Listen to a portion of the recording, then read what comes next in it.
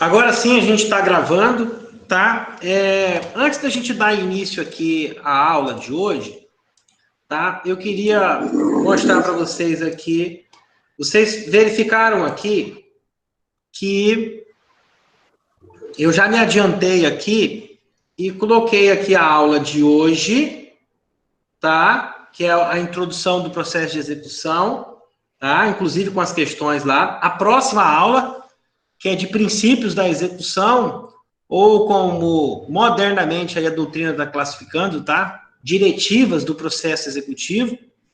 E aqui a aula 12 é um trabalho, tá? É uma atividade avaliativa, vai valer como prova intermediária, tá? É a nossa Flipped Classroom, que é uma aula invertida. E daí tem as instruções aqui para vocês poderem verificarem lá. Tá? Já está aqui configurado, então, os temas e os grupos, indicando aqui o que é a atividade, qual que é, o que cada grupo vai ter que falar, tá? Tá tudo aqui já organizado aqui, tá bom? Ó, tem, então, aqui o grupo 1, com os componentes, e o tema que vai trabalhar, o grupo 2, e assim por diante, tá? Esse trabalho aqui, então, ele vai ser feito em slides, né? Daí o grupo, cada grupo vai apresentar o seu tema e resolver uma atividade, um exercício, né, proposto com a sala de aula, tá? Cada grupo vai ter 20 minutos, sendo 15 minutos para apresentação e 5 minutos para resolução do exercício com a turma, tá ok?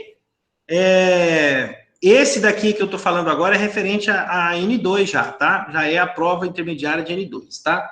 É possível aí que a gente tenha um ajuste com relação à data dessa atividade aqui, porque a faculdade vai publicar um calendário de ajuste agora, tá? Então, se for modificado aqui a data que a gente vai ter que apresentar, vai ter que fazer a prova de N1 com vocês, dependendo da situação, eu vou ter que prorrogar aqui, então, essa atividade aqui para outro dia. De qualquer forma, já está lá os temas e a orientação, então os grupos já podem começar a ir trabalhando nisso daí, tá? Por isso que eu estou passando aí com bastante antecedência, tá ok?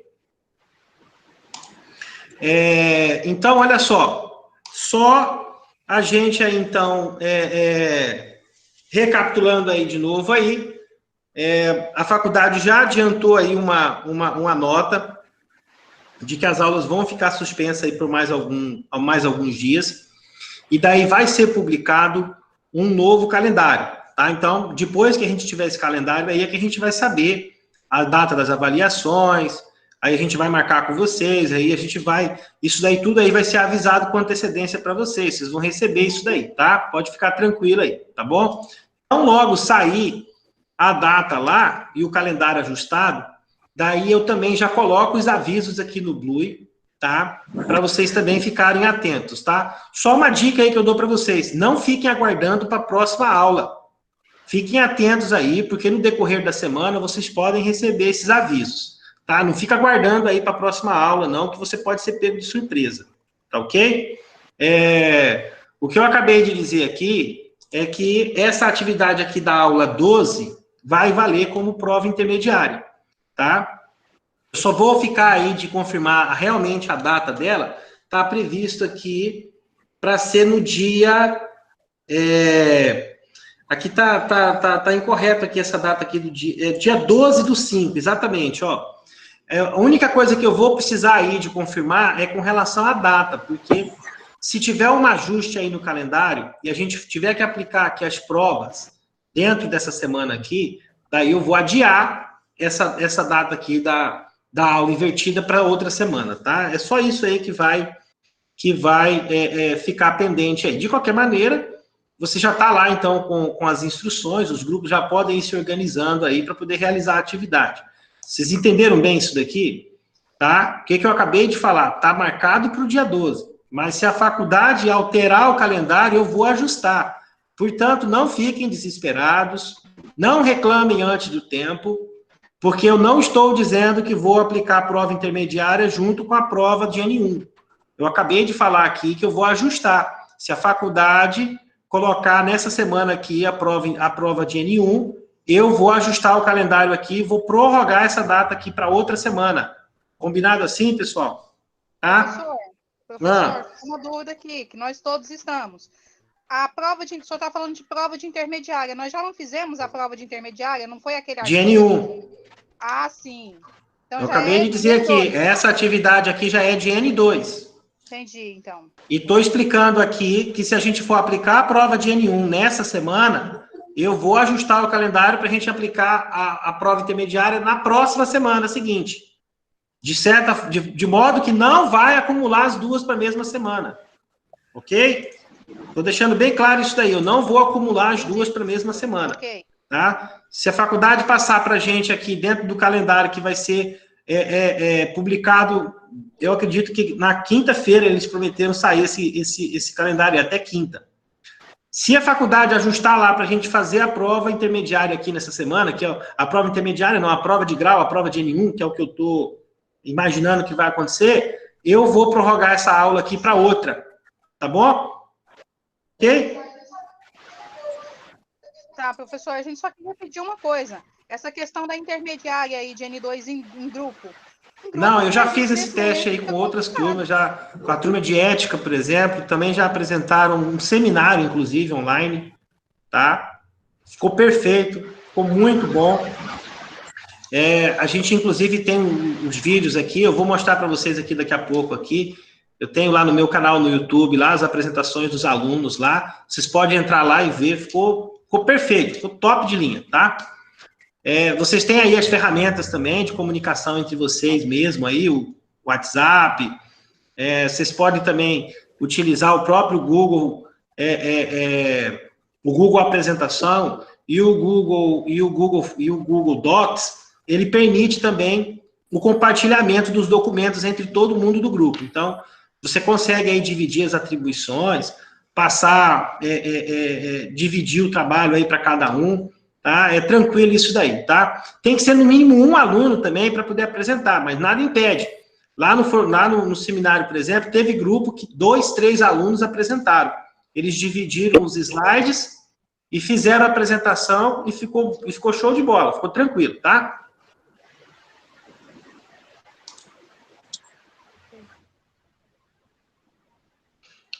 Beleza, pessoal, olha só. Vamos então para a nossa aula aqui. Pegando o gancho aí, então, que eu estava comentando com vocês aqui a respeito da classe invertida, tá? Eu vou aqui colocar para vocês aqui deixa eu colocar minha tela aqui para vocês aqui, para a gente poder dar início aqui. Olha só, eu acredito que vocês estão vendo aí, tá? Tá na tela de vocês aí. Esse daqui, então, é o nosso canal no YouTube, ó, tá? Convidar você aqui, então, para poder ir lá, para entrar lá, assistir as aulas e os vídeos que eu estou postando lá. Eu já tenho aqui as playlists aqui para você, ó, de Constitucional 3, Processo Civil 3, Ética Profissional, Direito Constitucional 2. Então, todas as aulas, né, que a gente está fazendo, a gente está gravando e eu estou subindo esse material lá para vocês. Então, você pode assistir quantas vezes você quiser, tá? Fica aqui, então, o link aqui para você aqui, tá? Vou até colocar o link aqui, tá? A gente já está lá com mais de 100 inscritos, ó, estamos com 107 inscritos, tá? E até ontem a gente estava aí com, olha só, 839 visualizações, ou seja, a gente já está batendo aí já quase 1.000 visualizações já, quase 1.000 views já no canal, tá? Então, convidar você aí, né, para você poder entrar lá, assistir os vídeos lá, tá? Não esquece de você curtir lá, comentar, se inscreve lá no canal. A gente está aqui, quem sabe quando a gente terminar a aula aqui, tem 15 alunos, né? Quem sabe aqui a gente não consegue bater aqui os 120 inscritos aqui, né? Beleza?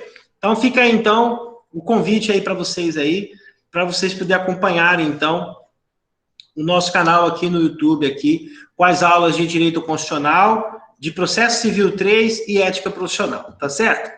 Agora vamos aqui para a nossa aula de hoje. O tema da aula de hoje é sobre o processo de execução, tá? Então, aí, começando, então, a nossa aula de hoje, então, vamos falar do processo de execução, tá? Então, olha só, o processo de execução, ele encontra-se regulado a partir do artigo 771, tá? Lembra lá quando a gente comentou, quando a gente estava estudando lá o cumprimento de sentença, e a gente falava, né, sobre a possibilidade de aplicação, né, das regras do cumprimento de sentença no processo de execução e vice-versa, né? A aplicação também das regras do procedimento executivo no cumprimento de sentença. Então, quando a gente faz a leitura aqui do 771, né, a gente verifica ali que ele pode ser aplicado nos procedimentos especiais de execução,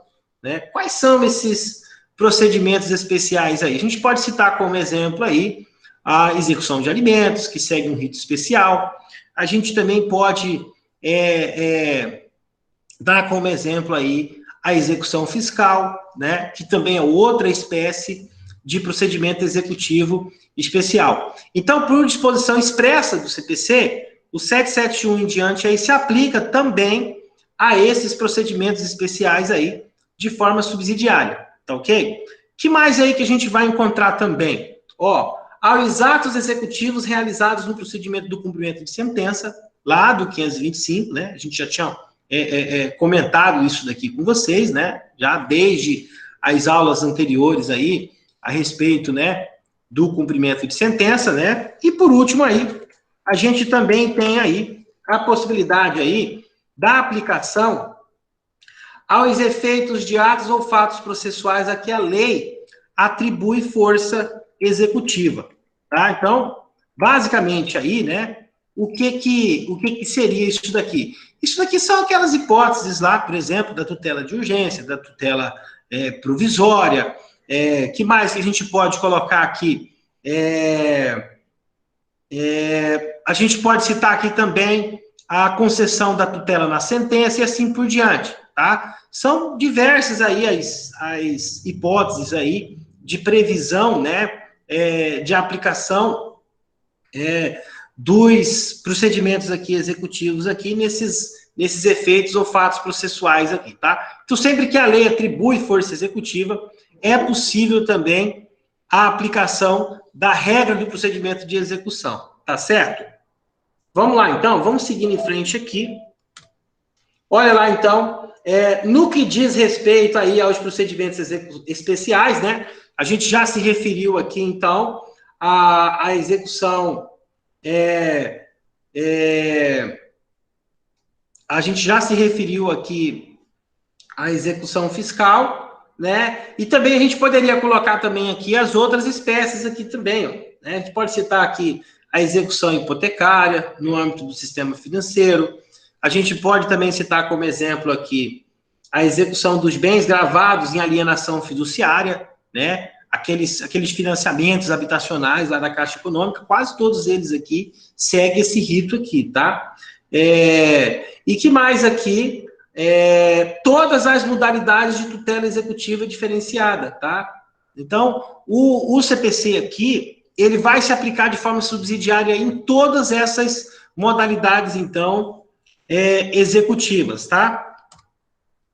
No que diz respeito aqui também ao cumprimento de sentença, né, que a gente já mencionou aqui, lá do 513 em diante, tá, e o 525, né, e aqui, né, os efeitos ou atos de processos, fatos processuais que a lei atribui força executiva, tá, pode ser ao longo do curso, do processo, pode ser no início do processo, pode ser na sentença, né, sempre, né, que a lei atribuir força executiva a essa decisão, há a possibilidade, então, da aplicação subsidiária aqui do CPC, da regra do 771 em diante, tá?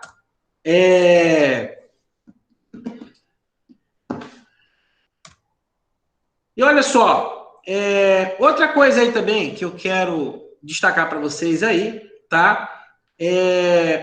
A gente também vai entender aqui que a regra do parágrafo único aqui, do 771 aqui, ele também pode ser aplicado na lacuna do livro 2 lá, quando a regra do processo de conhecimento for incompatível com a natureza do procedimento executivo, comprometendo a tutela que este prestar. O que é isso daqui? Ele está querendo dizer o seguinte, olha, para você poder aplicar aqui o CPC de forma subsidiária, você primeiro tem que analisar se o procedimento lá, ele é compatível ou não com a aplicação do CPC. Então, essa daí é a primeira regrinha, tá?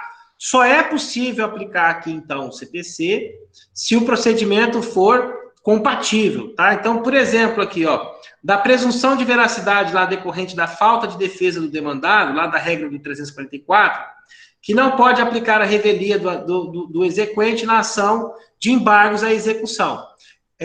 Esse exemplo aqui, que eu coloquei para você aqui no slide aqui, é com relação àquela possibilidade lá de você aplicar a regra do procedimento comum no processo de execução, e vice-versa. No caso aqui, por exemplo, da revelia, não há que se falar aqui da revelia na hipótese lá do procedimento de execução. Por quê? Primeiro porque o título já é constituído, né, daqueles 3 requisitos lá da certeza, liquidez e exigibilidade, né? Então, portanto, ele já tem essa presunção aí, então, de certeza, liquidez e exigibilidade. E segundo, que o instituto da revelia aqui, ele é próprio do processo de conhecimento, então ele é incompatível com o procedimento aqui da fase executiva. Até porque a consequência da não apresentação da defesa é a expropriação dos bens do executado, tá? Então, pela regra lá do CPC, quando não apresentados embargos, né, então a consequência aqui é pular direto para a fase da expropriação. Muito embora a gente vai ver que a apresentação aqui da defesa, a apresentação dos embargos aqui, ele não tem o efeito suspensivo automático, né? Isso daí a gente já até comentou antes. Mas, independentemente disso, a simples falta da apresentação dos embargos, né? Daí, então, já pula, né? Direto para a fase da expropriação, tá ok?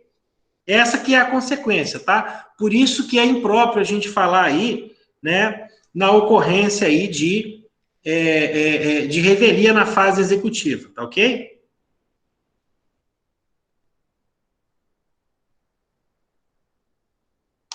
Olha só, vamos aqui mais adiante aqui.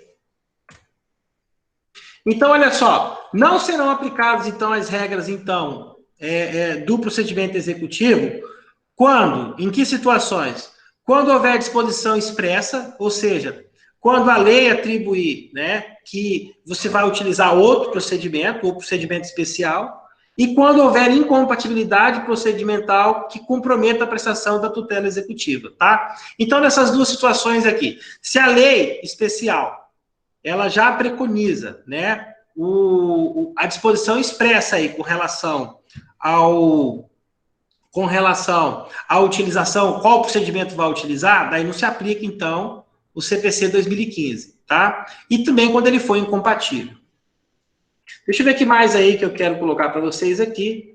Tá, com relação, então, às vias de execução, né, que a gente já tinha comentado isso daí, você tem, então, tanto o cumprimento de sentença quanto o processo de execução, um decorrente do título judicial, ou seja, de uma sentença, né, de conteúdo, né, econômico, e o outro aqui, o processo de execução, que tem como base, né, que tem como fundamento aqui um título executivo de natureza extrajudicial. Tá? Então, olha só, o Estado, no procedimento de execução, ele atua como o substituto, né, como verdadeiro substituto da vontade do devedor. Por que a gente diz que o Estado aqui é um substituto da vontade do devedor? Porque ele vai lá, substitui o devedor no processo, expropria os bens dele para satisfação da execução. Então, todo esse procedimento aqui, ele acontece independentemente da vontade, né, do devedor, tá ok? Então, por isso que se denomina de execução forçada, né? Porque ela contrapõe aquela ideia lá, né, da execução voluntária, que é onde o executado, né, ofereceria, né, o devedor oferece os seus bens lá de maneira voluntária, tá? Então, para o cumprimento da prestação. No procedimento executivo, a gente tem uma ótica diferente, né? Porque o Estado aqui, né, através aqui do juiz, né, ele tem, então, dotado, então, de certas ferramentas, de certas prerrogativas aqui que autorizam, então, a invasão no patrimônio da pessoa para satisfazer a obrigação exequenda. Então, olha lá, enquanto no processo de conhecimento, né, o juiz examina a lide para descobrir e formular a regra jurídica concreta, né, no processo de execução, ele providencia, né, aquelas operações práticas necessárias para poder efetivar o direito, né, o conteúdo daquela regra, tá? Que normalmente, né, ela é aí exemplificada aí por um título de natureza extrajudicial, tá?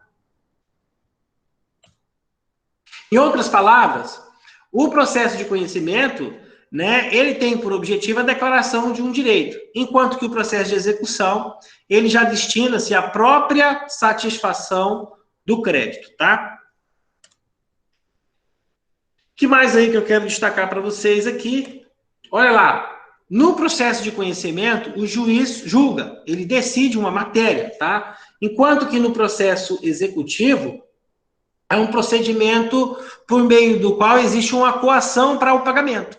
Então, no primeiro ali, na fase de conhecimento, né, no processo de conhecimento, o autor da ação busca o reconhecimento de um título. Enquanto que no procedimento executivo, ele já tem o título. Então, o processo ele vai se guiar por essa característica aqui da coação. O juiz, então, e o exequente perseguem o patrimônio do devedor até a satisfação total do seu crédito.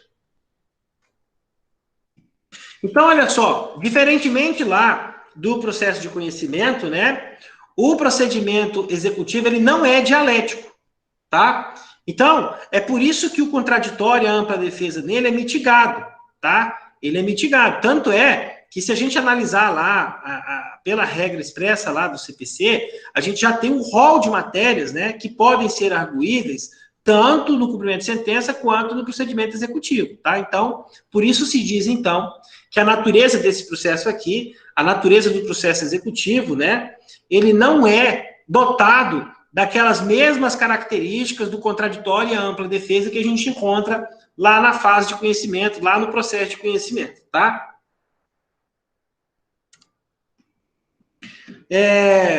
Outra característica aí que a gente tem do processo de execução é justamente a possibilidade aí da sanção patrimonial, tá? Então, ou seja, sempre que o devedor não cumpre com a sua obrigação, surge, né, a possibilidade aí da sanção patrimonial, né, que é o momento, então, em que o juiz invade, né, o patrimônio dele para poder satisfazer o débito exequendo, tá? Então, exatamente por meio aí dessa execução forçada, né, é que o juiz intervém no patrimônio do devedor para tornar efetiva a vontade sancionatória, ok?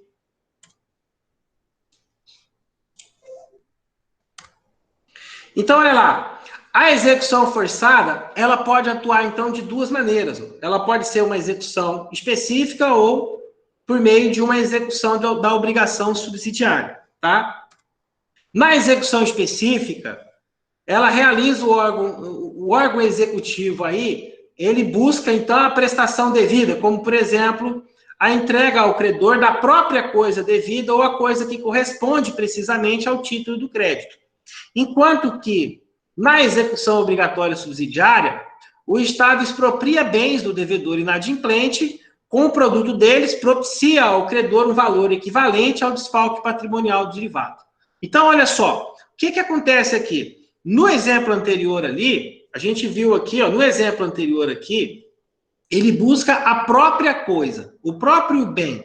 Enquanto que aqui, a gente busca, então, a expropriação dos bens, ou seja, pode ser por meio da adjudicação, da alienação, da asta pública, para arrecadar o valor suficiente aqui para poder pagar o credor, tá certo? Que mais aí? Olha lá, em qualquer caso, né, no processo executivo, é sempre a realização da sanção que é o objetivo, né? Então, olha lá, seja entregando o bem devido, seja reparando, né, o prejuízo decorrente da impossibilidade de realizar a prestação in natura, tá? Isso daqui a gente vai encontrar aí principalmente naquelas situações lá das obrigações de fazer e da entrega de coisa, né? Principalmente naquelas hipóteses lá em que não se tem a possibilidade de você mais cumprir com a obrigação da forma como ela foi contratada originalmente, né?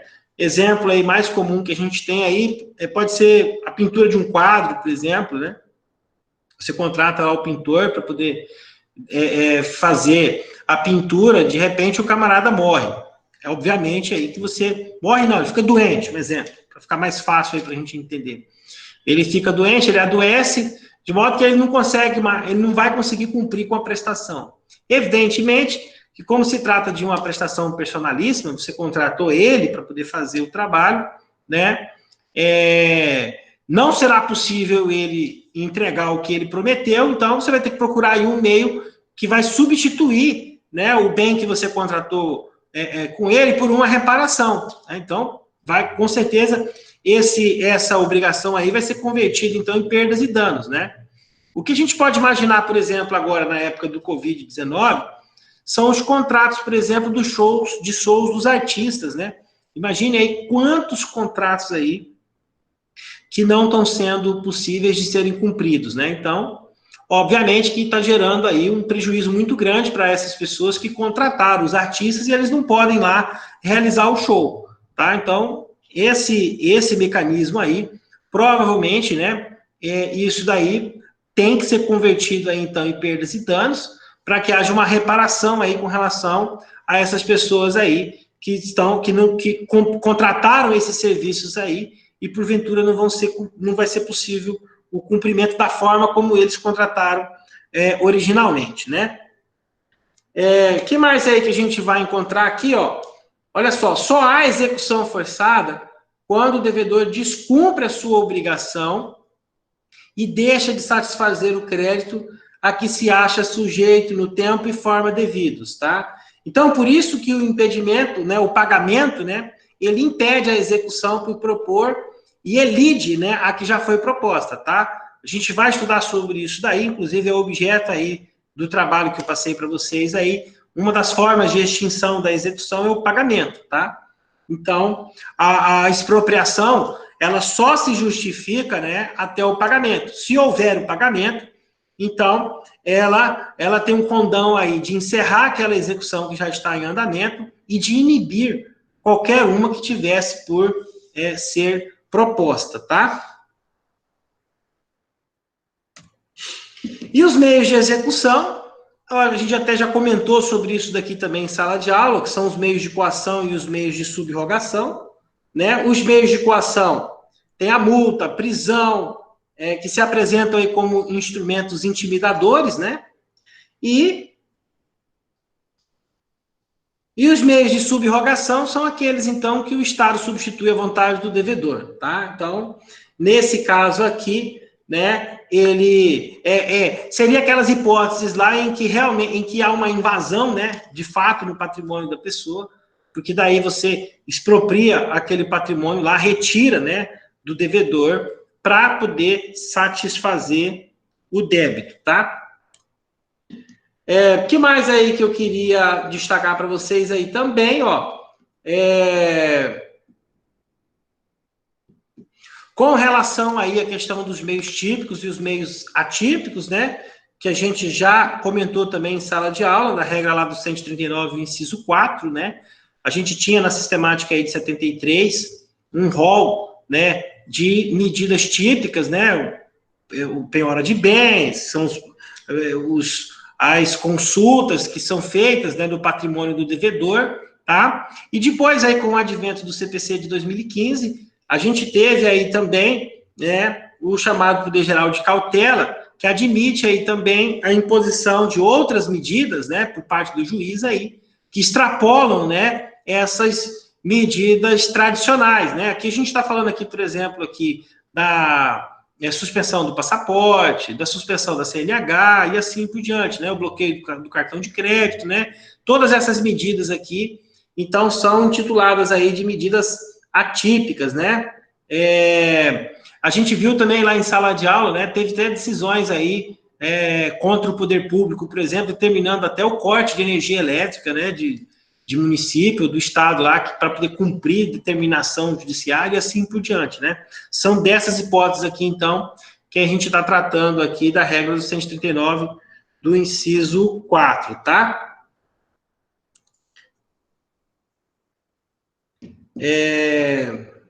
Olha lá para vocês verem aqui, ó. Isso daqui é o enunciado 48, ó, da Escola Nacional de Formação dos Magistrados, ó. Instituiu-se dessa forma um poder geral de efetivação, permitindo a aplicação de medidas atípicas para garantir o cumprimento de qualquer ordem judicial, inclusive no âmbito de cumprimento de sentença e no processo de execução baseado em títulos extrajudiciais. Então, isso daqui a gente pode aplicar tanto no processo de execução quanto no processo do cumprimento de sentença, tá?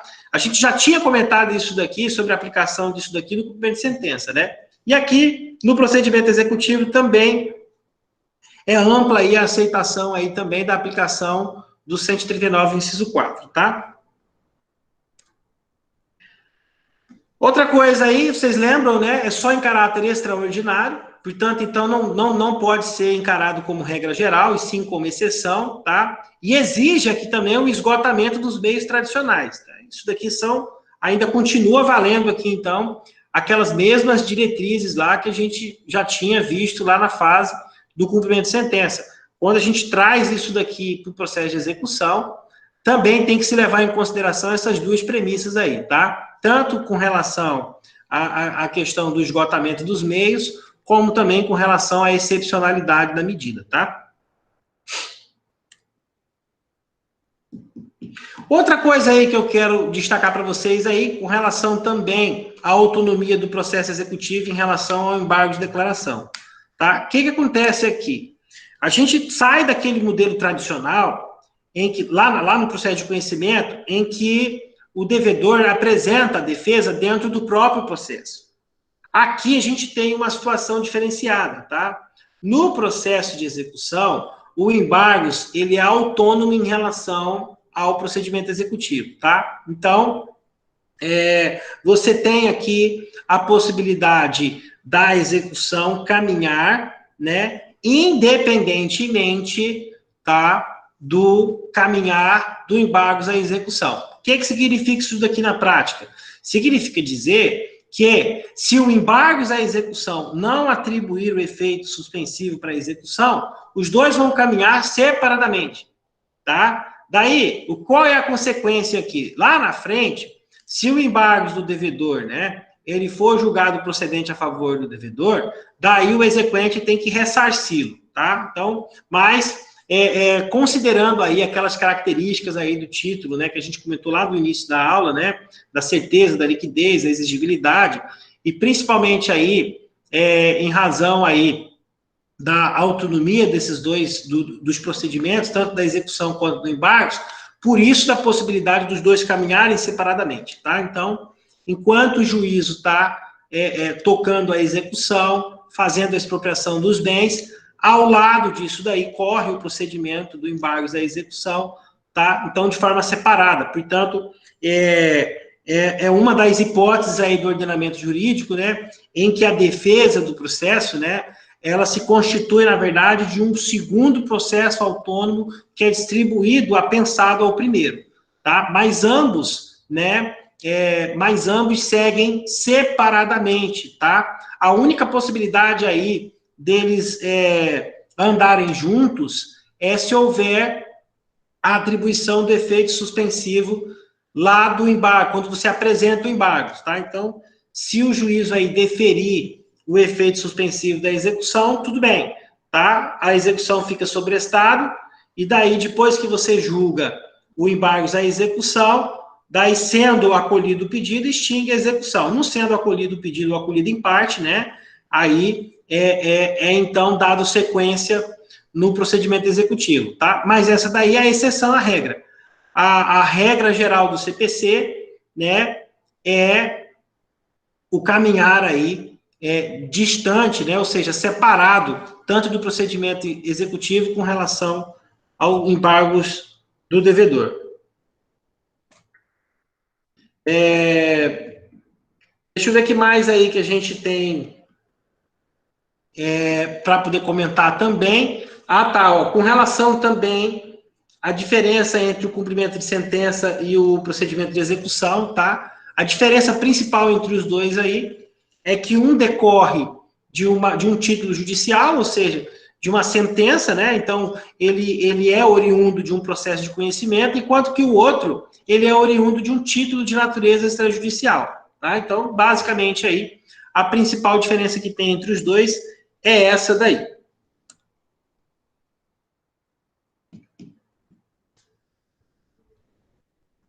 Olha lá, outra situação aí com relação ao início da fase executiva em ambos, né? Olha lá, enquanto no procedimento do cumprimento de sentença, né, o devedor ele é intimado para poder fazer o pagamento, tá? Lá no processo de execução, ele é citado para poder fazer o pagamento. Olha só para você ver a diferença aqui, ó. No outro lá, né, é só a continuação do processo. Então, o processo sai da fase de conhecimento e vai para a fase de cumprimento de sentença. Então, não há necessidade de uma nova citação.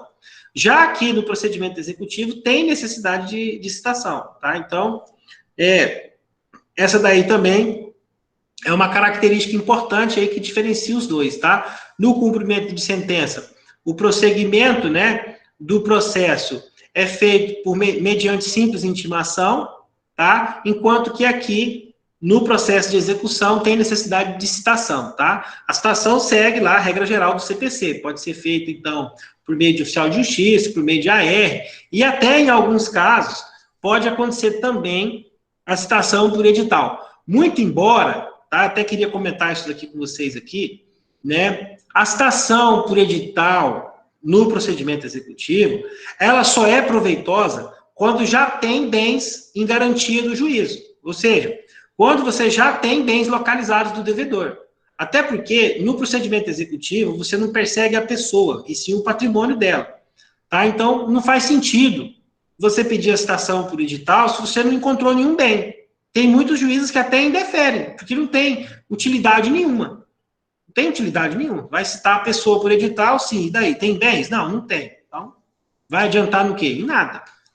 Então, isso daí é importante aí você ter isso daí em mente aí, tá? O procedimento executivo, em que pese ele prevê lá a citação por edital, pode até observar lá pela regra do 830 lá, que a citação por edital, nesse caso aí, ela vai ocorrer depois do arresto.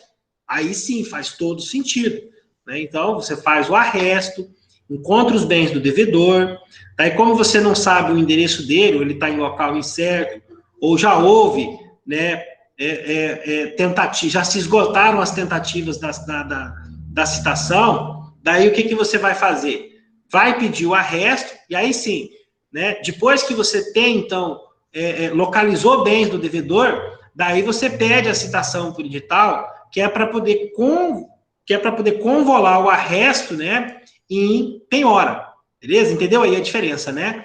Tá? Lá na fase de conhecimento, não, porque lá na fase de conhecimento a citação é para ele apresentar a defesa, né? Aqui é outra situação diferente, tá?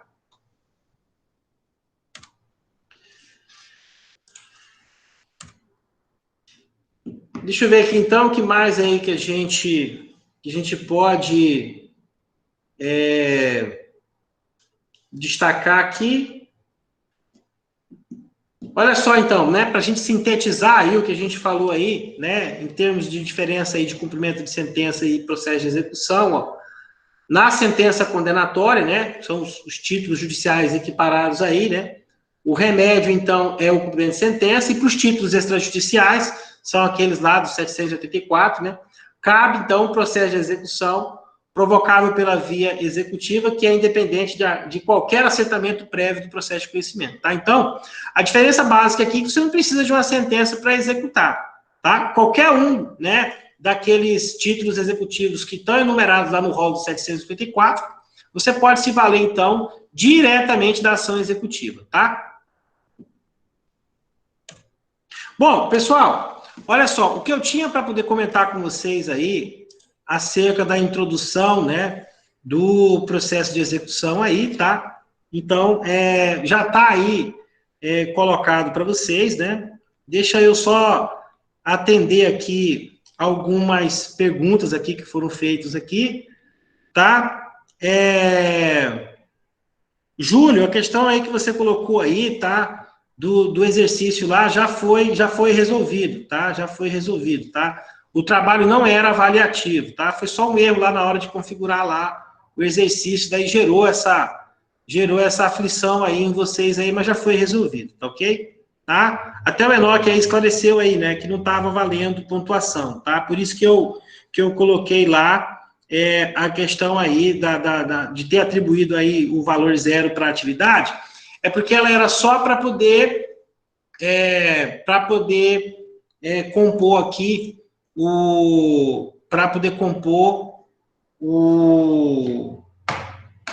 a carga horária, né, da aula de hoje, tá bom? Professor, diga. Seria possível o senhor pelo menos deixar a gente escolher o nosso grupo naquela apresentação? Ô, Wellington, eu já fiz lá a configuração, tá? Daí a gente vai seguir aquele critério lá, beleza? Não tem nenhuma possibilidade, professor, porque a sala inteira prefere escolher. Não, mas é porque ali a gente já fez ali, tá? Os critérios ali, eu já coloquei ali desde o início já, tá? Eu peço para vocês aí compreenderem aí e tentar fazer oportunidade aí para vocês estarem se relacionando com outros colegas também da turma, tá? É para isso daí também, tá? Não é só uma questão aí de impor, não. É uma questão também de vocês também se interrelacionarem aí. Você vai ter oportunidade aí de conhecer colegas que, de repente, você ainda não teve contato ainda, né? Durante o semestre, tá? E aí, só lembrando, tá? Não tem a necessidade de fazer presencial, tá? Tudo isso daí vocês podem se organizar aí de forma remota. Só lembrando aí que eu já fiz isso daqui, essa experiência aqui, com outras turmas. E a turma foi muito bem sucedida. Turma de ética aí da parte da manhã e do vespertino e do noturno, tá? Então, a proposta que eu estou colocando para vocês aqui já foi testada, já foi colocada em prática. A gente já fez esse tipo de atividade aqui e deu super certo. Os alunos colaboraram, apresentaram trabalhos de excelente qualidade. Eu até disponibilizei para vocês lá o link lá para vocês assistirem, tá? E eu estou contando aí também com a dedicação de vocês aí para a gente poder fazer, né, para a gente poder fazer uma super aula aí, tá?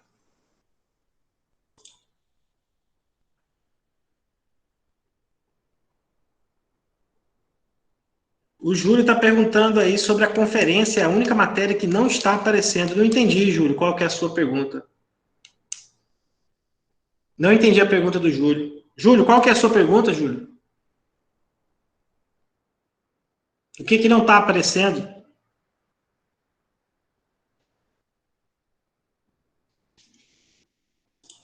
Boa tarde, professor. Boa tarde. O Júlio está falando aí, referente ao link lá do Meet aí do Google, que ele não consegue localizar. Alguns alunos estão tendo dificuldade de localizar esse link. Esse link, gente, ele tá... professor. O link, só um instante, Enoque. O link está sempre aqui, ó. Deixa eu só colocar para vocês aqui, para eu poder mostrar para vocês aqui rapidamente aqui como é que funciona.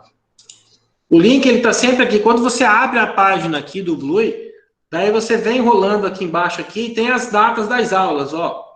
Aula 7, 4/4, aula 8, 7/4, aula 9, semana passada, aula 10 hoje, ó. E daí, aqui as próximas, ó, aula 11, aula 12 e assim por diante, ó.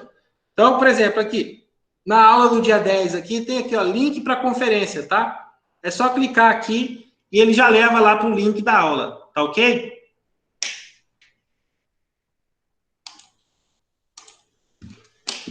Certo, pessoal?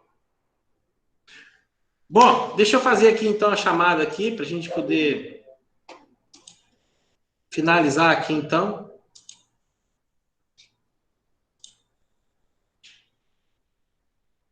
Professor? Professor? Diga. Só vou pedir a palavra para o senhor mais uma vez. Eu estou no grupo com todos os colegas aqui e, assim, estão pedindo para uma pessoa falar em nome de todos, até porque se todo mundo for falar aqui vai ficar complicado. A gente está num processo de descontentamento. É lógico que toda essa situação não é cômoda para ninguém, nem para o senhor, nem para a gente, mas a gente queria pedir um pouquinho de compreensão com relação a essa atividade aí do senhor, de fazermos seminários em dupla, em grupo, aí remotamente. Não está fácil para a gente. Não poderia ser feito em forma de questões, por exemplo, como outros professores estão passando. Aqui muita gente mal tem internet, a gente sabe, a maioria não sabe mexer no computador, eu mesma não sei, e outros colegas aqui, um monte também não sabem. Certo, a gente mas... não está fazendo um curso de sistemas de computação. Não, mas veja bem, não está sendo exigido nenhuma tarefa acima do limite do aluno. É um trabalho como qualquer um outro, que se você tivesse em sala de aula, você apresentaria em grupo, e como você não está em sala de aula, se as aulas não voltarem presencialmente, até a princípio a atividade está sendo marcada presencial, se vocês não observaram, a atividade está sendo marcada presencial. Tem até observação lá, será realizado via remota, se as aulas ainda não tiverem retornado, as aulas presenciais não tiverem retornado. Então, não vai retornar não, professor. Bom, independente disso, né, a única turma que eu tive esse tipo de reclamação foram vocês. Desculpa, professor, é porque nós temos uma postura diferente de outros alunos. Eu vou falar para o senhor, e é lógico que eu não vou citar ninguém aqui, não vou ser antiética, eu não vou ficar em grupo de alunos, grupo da faculdade, reclamando do senhor, como eu vi de outras turmas. A gente prefere falar diretamente com o senhor, para a gente tentar ter um espaço em que a gente consiga chegar num denominador comum e se entender. Eu não quero, eu acho antiético isso. Eu ir para grupo de faculdade, ficar falando mal do professor. Eu preferia tentar, de verdade, eu vejo todo o seu esforço em postar os slides, em explicar para a gente, isso é muito válido. A gente acha isso muito bacana. Só que essas atividades dessa forma dificultam um pouco para a gente. Nem todo mundo tem muita habilidade com computador. Explicar em sala de aula é uma coisa. A gente até fez isso nas primeiras aulas, né? Tipo, semináriozinho que o senhor passou, muito bacana. Mas a gente não está vivendo mais essa mesma realidade. Bom, olha só, eu acabei de falar, né? A atividade, provavelmente, ela vai ser até feita de forma presencial, porque como vai ter a aplicação da prova de N1, então, possivelmente, né, essa atividade aí que está colocada aí, se a gente tiver que adiar por mais uma semana, ou mais duas, para poder fazer a prova, porque o que está sendo passado lá? Está sendo passado uma aula de revisão, que se a prova for feita no dia 11, ela vai ter que ser realizada numa semana antes. Então, isso significa que a gente vai ter que prorrogar 2 aulas que estão previstas aí. Se sair o calendário aí como eu estou imaginando, ó. Então, a gente teve aqui a aula 10, tá? Se a gente tiver que fazer uma revisão aqui do dia 5, então, e a prova no dia 12, significa dizer que a gente tem uma aula programada, então. A aula 11 aqui, ela vai para o dia 19 e o seminário vai para o dia 26. Vocês acham que tem necessidade de vocês reclamarem com um mês de antecedência ou dá para poder esperar e a gente conseguir realizar isso daí? O que vocês acham aí? Sejam sinceros aí. Tem necessidade de vocês reclamarem aí ou não? Professor. Estou falando de um prazo de quase um mês ainda. Professor. Está ouvindo? Estou ouvindo. Tem já circulando aí da São Lucas de Porto Velho, que as aulas vão ser suspensas até o dia 17. Aí só estão para publicar aí o novo calendário. Provavelmente até a nossa N1 aí deve ser feito remota, professor. Exatamente o que eu estou dizendo. Então, Exatamente professor, o que eu estou dizendo. Olha só, se a N1 vai ser feito remoto e vai ser feita uma revisão com vocês antes da N1, eu acabei de explicar. A aula que vem, que seria a aula de diretivas do processo executivo, ela vai para depois do dia 12. Então, a aula que vem, que seria dia 5/12, vai ser de revisão. A próxima aula, que seria do seminário, do dia 12, seria a prova de N1. Ou seja, a aula do dia 11 vai para o dia 19 e a aula invertida vai para o dia 26. Foi isso que eu acabei de falar. Por isso que eu coloquei lá para vocês que essa aula, a expectativa dela é ser presencial. Presencial. Eu vou fazer o seguinte, para poder acabar a polêmica, como eu sei que essa aula vai ser presencial, eu poderia deixar aqui aberto para vocês fazerem aí, já começarem a fazer. Mas já que vocês estão achando difícil, está achando que vai complicar, então eu tiro ela da publicação. Quando chegar lá na semana da prova, aí eu coloco ela de novo. Para mim, tanto faz. Porque eu não vou cobrar ela antes. A expectativa não é fazer ela aqui antes. Não vai ter essa possibilidade. Eu estou tentando explicar isso desde o início da aula. Daí vocês estão colocando. Teve aluno aqui que mandou que tem 4 trabalhos para fazer. Impossível. Impossível, porque como que você tem 4 trabalhos para fazer nessa data se ela é daqui a um mês ainda? Não tem como. Tá, assim, é porque tá aqui aparecendo para vocês, é que vocês estão achando que é para poder fazer amanhã, mas não é. Não é para amanhã. Né?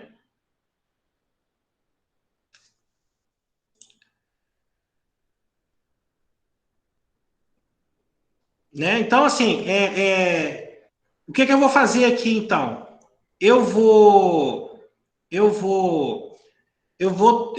não vou publicar ela aqui, e daí, quando chegar lá próximo da véspera, daí a gente vê como é que a gente fica. Vamos tentar administrar, então. Eu fico decepcionado, porque é a única turma que eu tive essa reclamação.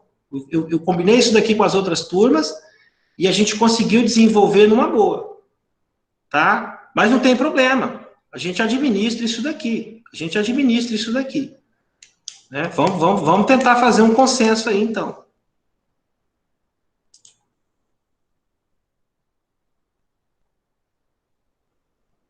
Ok? Vou fazer o seguinte, a gente encerra essa aula de hoje aí, por enquanto fica com o que está aí, eu vou até colocar ela para não publicar aqui. Não está mais publicado lá. E daí a gente verifica como é que a gente faz lá provavelmente a gente vai ter um ajuste aqui do calendário, e daí a gente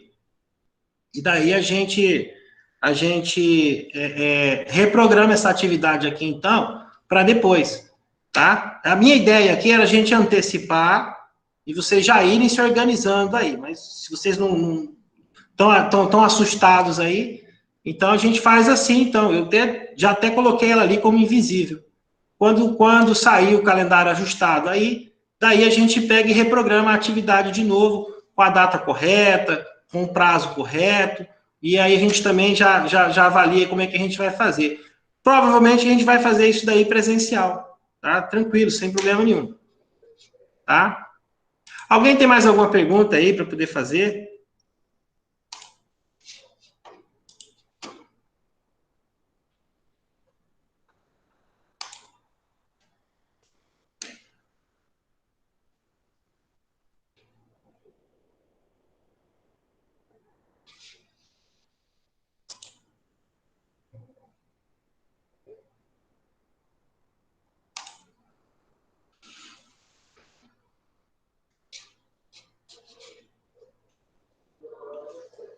Olha, a gente tem 23 alunos matriculados, tá? E tem 23 pessoas presentes aqui. Então, tá todo mundo presente. Beleza? Tranquilo, pessoal? Fica assim, então, tá? Vou encerrar aqui, então, a live aqui. beleza? Vocês verifiquem lá